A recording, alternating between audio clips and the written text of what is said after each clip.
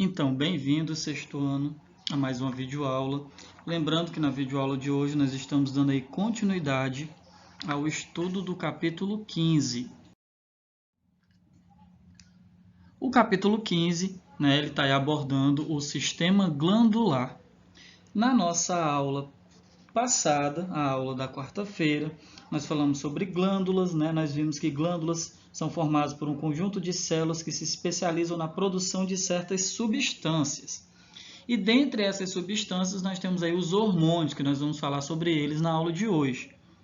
Vimos que existem as glândulas exócrinas, vimos que existem as glândulas endócrinas e vimos também aí as glândulas mistas ou anfícrinas. E aí a gente vai falar um pouco melhor na aula de hoje sobre essas glândulas e quais aí a importância que elas desempenham no nosso organismo. Então, na videoaula de hoje, nós vamos dar continuidade ao capítulo a partir da página 259. Como eu já sei que vocês sempre acompanham as nossas videoaulas por meio do livro, fazendo anotações, então isso nem é tão novo para vocês assim. Mas, frisando mais uma vez, dando continuidade ao estudo do capítulo 15, a partir da página 259.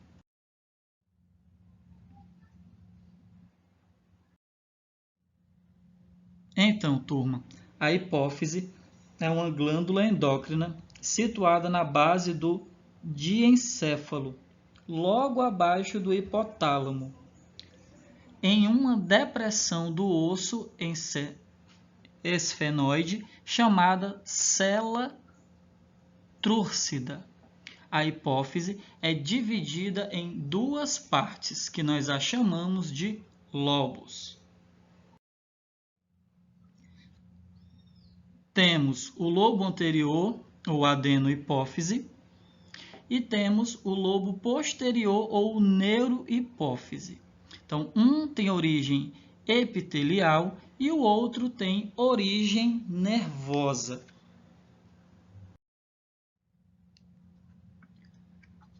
E aí, turma, a hipófise ela tem aí um papel bem interessante, pois ela regula as outras glândulas endócrinas por meio dos, olha aí, palavrazinha que eu usei no começo da videoaula, por meio dos neurônios chamados tróficos, ou seja, hormônios que atuam sobre o funcionamento de outras glândulas. Então, para vocês entenderem melhor, é como se a hipófise fosse a glândula mestra que coordena ali todas as outras glândulas do nosso organismo, e esse controle aí, essa ação de regular é feita por meio do hormônio chamado trófico.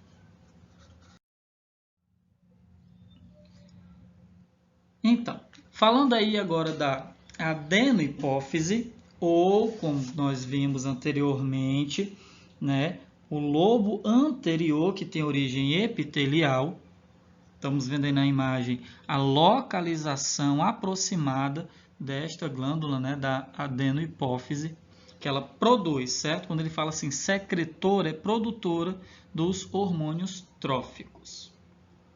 E aí, essa glândula ela produz os seguintes hormônios. Então, turma, o primeiro aí hormônio produzido pela adenohipófise é o chamado hormônio, olha só a palavra, somatotrófico, ou, já que o nome é tão complexo, STH. Então, turma, esse hormônio, ele regula o crescimento dos ossos, ele estimula a síntese, ou seja, a produção de proteínas e também regula aí o nosso metabolismo. Sua deficiência pode ocasionar o nanismo hipofisário, ou seja, uma deficiência no crescimento, já que ele estimula aí o crescimento dos ossos. Já o seu excesso pode ocasionar o chamado gigantismo e acromegalia,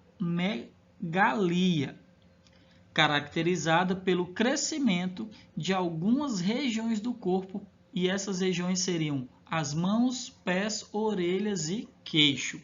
Então, olha só. Quando o STH está em excesso, na fase ali da infância, ele ocasiona o gigantismo. Quando ele ocorre no adulto, né, aí o problema ocasionado por ele é chamado de acromegalia.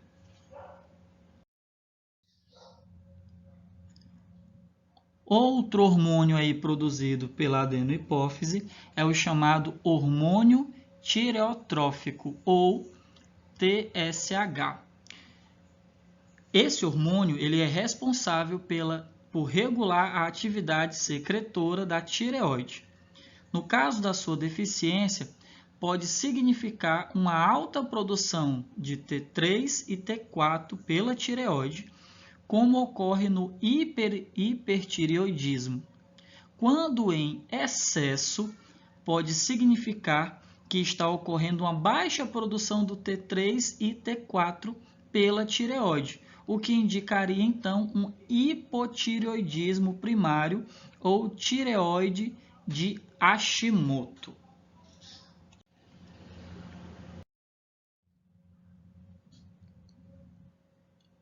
Outro hormônio então aí também produzido pela adenohipófise é o chamado hormônio adrenocorticotrófico, o ACTH, que regula a atividade secretora do córtex das suprarrenais, também chamadas de adrenais.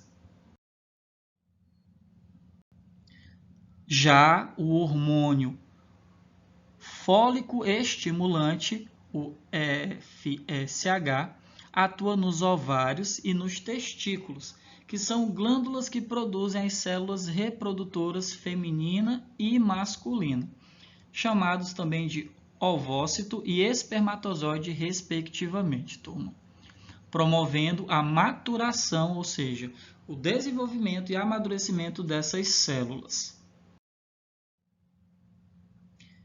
Temos também aí o hormônio luteinizante, o LH, que estimula o ovário a produzir a progesterona, os testículos a produzirem a testosterona, né, que induz a ovulação.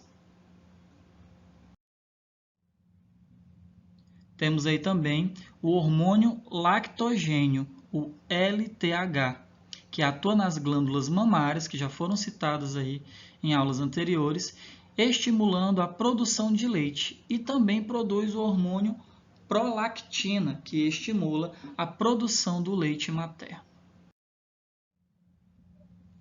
Já a neurohipófise produz os seguintes hormônios. Temos aí o hormônio antidiurético, o ADH, ou vasopressina, que propicia a absorção de água nos túbulos renais, reduzindo o volume de água na urina e atua nas paredes das artérias, determinando a contração. Sua deficiência pode causar uma eliminação excessiva de urina chamada diabetes insípidos. Sua ação também pode ser inibida em pessoas saudáveis pelo consumo de bebidas alcoólicas. Então, turma, por isso que é comum as pessoas se queixarem de uma vontade constante de urinar quando estão ingerindo esse tipo de substância. É por causa aí que a produção desse hormônio, o ADH ou vasopressina, é inibido, né? Está em baixa quantidade e aí a produção de urina ocorre com uma frequência maior. Temos agora aí a ocitocina ou pitocina ou oxitocina.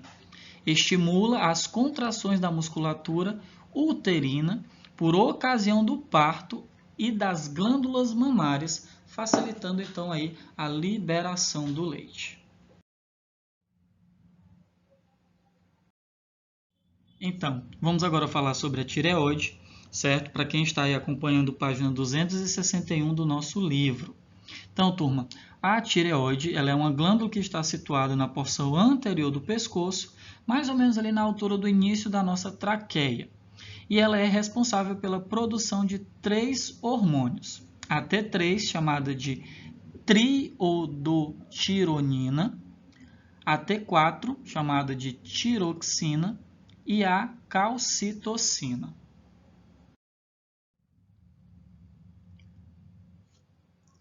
Então, agora nós vamos aí falar sobre a importância de cada um desses hormônios que são produzidos aí por nossa tireoide. A tiroxina atua no desenvolvimento e na maturação dos animais vertebrados, que são aqueles animais que possuem a coluna vertebral. Esses hormônios são derivados da tirosina e contêm iodo em sua constituição molecular. Ela também, turma, controla a pressão sanguínea, o ritmo cardíaco e as funções sexuais. No caso de deficiência, que é caracterizada aí pelo hipotireoidismo, e seu excesso, quando tem muita T3 no nosso organismo, isso acaba ocasionando aí um quadro chamado de hipertireoidismo. Então, pelo que nós podemos observar, nem podemos ter carência de hormônio, mas também não podemos ter hormônio em excesso. Ambas as situações acabam ocasionando aí prejuízo ao nosso organismo. A calcitocina é responsável pela regulação da concentração de cálcio nos nossos ossos. Assim, ela reduz a quantidade de cálcio no sangue, depositando-o em nossos ossos. Um pouco impactante, não é mesmo, Sextou, nessa nossa imagem aí? Pois bem, vamos aí só entender algumas situações onde essa nossa tireoide, essa glândula, o que pode ocorrer com ela quando ela não está funcionando da forma correta. Então, temos aí uma pergunta. O que é o bócio endêmico? Então, turma, o bócio endêmico tem relação com a malnutrição de iodo, como nós vimos aí, Assim, a glândula tireoide cresce a fim de suprir sua função. A prevenção contra o bócio endêmico é feita com a adição de iodo no sal de cozinha, que faz parte aí da nossa alimentação. Então, se vocês aí observarem, com certeza vocês vão olhar, vocês vão observar a partir de agora, essa informação ela é representada aí nas embalagens do sal de cozinha, que ele contém iodo, e aí nós vimos aí a importância desse iodo. Então, quando o nosso corpo tem carência de iodo, a nossa tireoide cresce, aumenta de tamanho para suprir aí essa carência, o que nós, pela imagem aí, como nós estamos percebendo, não é algo muito confortável.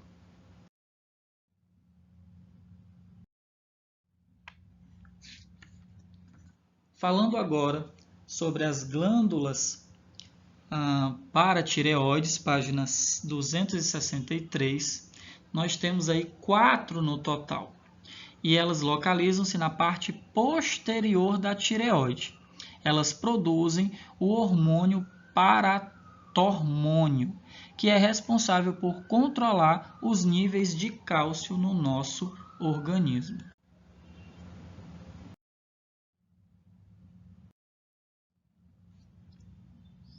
Então, turma, dando aí continuidade, as duas glândulas suprarrenais, elas estão localizadas acima dos nossos rins e apresentam duas regiões chamadas córtex e medula. O córtex produz os hormônios corticoesteroides, cujas funções são controlar o metabolismo do cálcio e do potássio e aproveitar os carboidratos e sais minerais. Já no caso da medula, ela produz os hormônios adrenalina e noradrenalina. A adrenalina, como vimos, é uma grande responsável pela reação de luta ou fuga. Isso porque ela controla os batimentos cardíacos e a nossa pressão arterial, contrai os vasos sanguíneos e aumenta a frequência respiratória, ou seja, ela prepara o nosso corpo para situações que exigem mais força ou agilidade.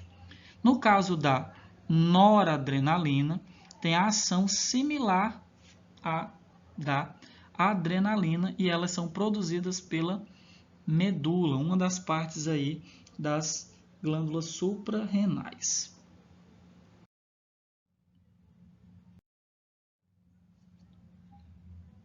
Falando aí do pâncreas, né, nós já falamos sobre aí este órgão aí em outras aulas, né, que nós agora estamos vendo que ele é uma glândula. Ele possui característica mista, certo? Ele tem funções endócrinas, certo? Que aí no caso da produção de insulina e do glucagon.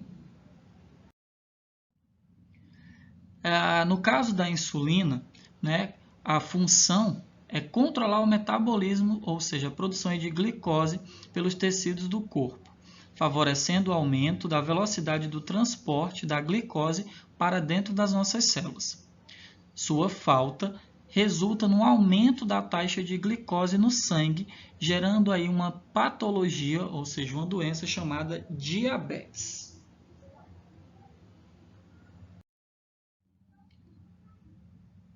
Já no caso do glucagon, sua liberação está vinculada à baixa de glicose, ou seja, de açúcar no nosso sangue. Continuando aí, estamos falando do glucagon, ele então faz com que o fígado converta o glicogênio armazenado em glicose, que é liberado na nossa corrente sanguínea, restabelecendo aí o seu nível correto. Como função exócrina, o pâncreas produz o chamado suco pancreático, que é eliminado na primeira porção do intestino delgado, chamada de duodeno, auxiliando a digestão, conforme nós estudamos anteriormente.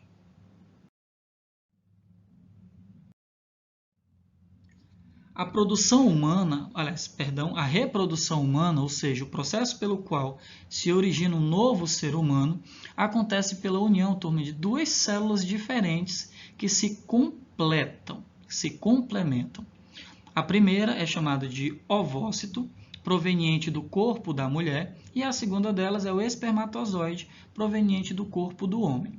A partir da união dessas duas células, chamadas células reprodutivas, que nós a chamamos de gametas, forma-se um embrião que irá se desenvolver no interior do corpo feminino em um órgão chamado útero, transformando-se então em um bebê.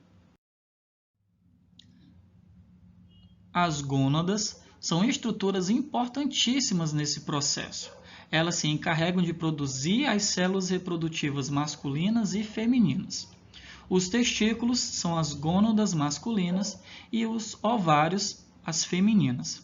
Mas seu papel não se resume apenas a isso. Elas produzem, além dos gametas, hormônios relacionados com a reprodução.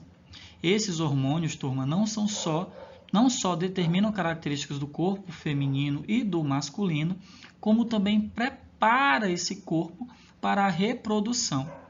Você já deve ter percebido que o corpo dos adultos é bem diferente do corpo das crianças. E não é só na estrutura.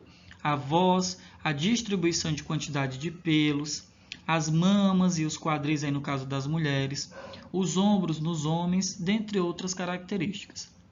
Essas características também se devem aos hormônios produzidos pelas gônadas.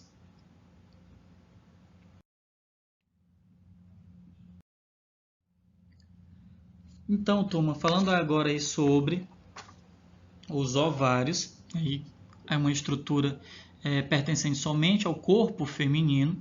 Esses ovários produzem os gametas femininos, que nós já citamos aí durante a aula de hoje, chamados ovócitos. E os hormônios sexuais femininos também aí são produzidos pelos ovários.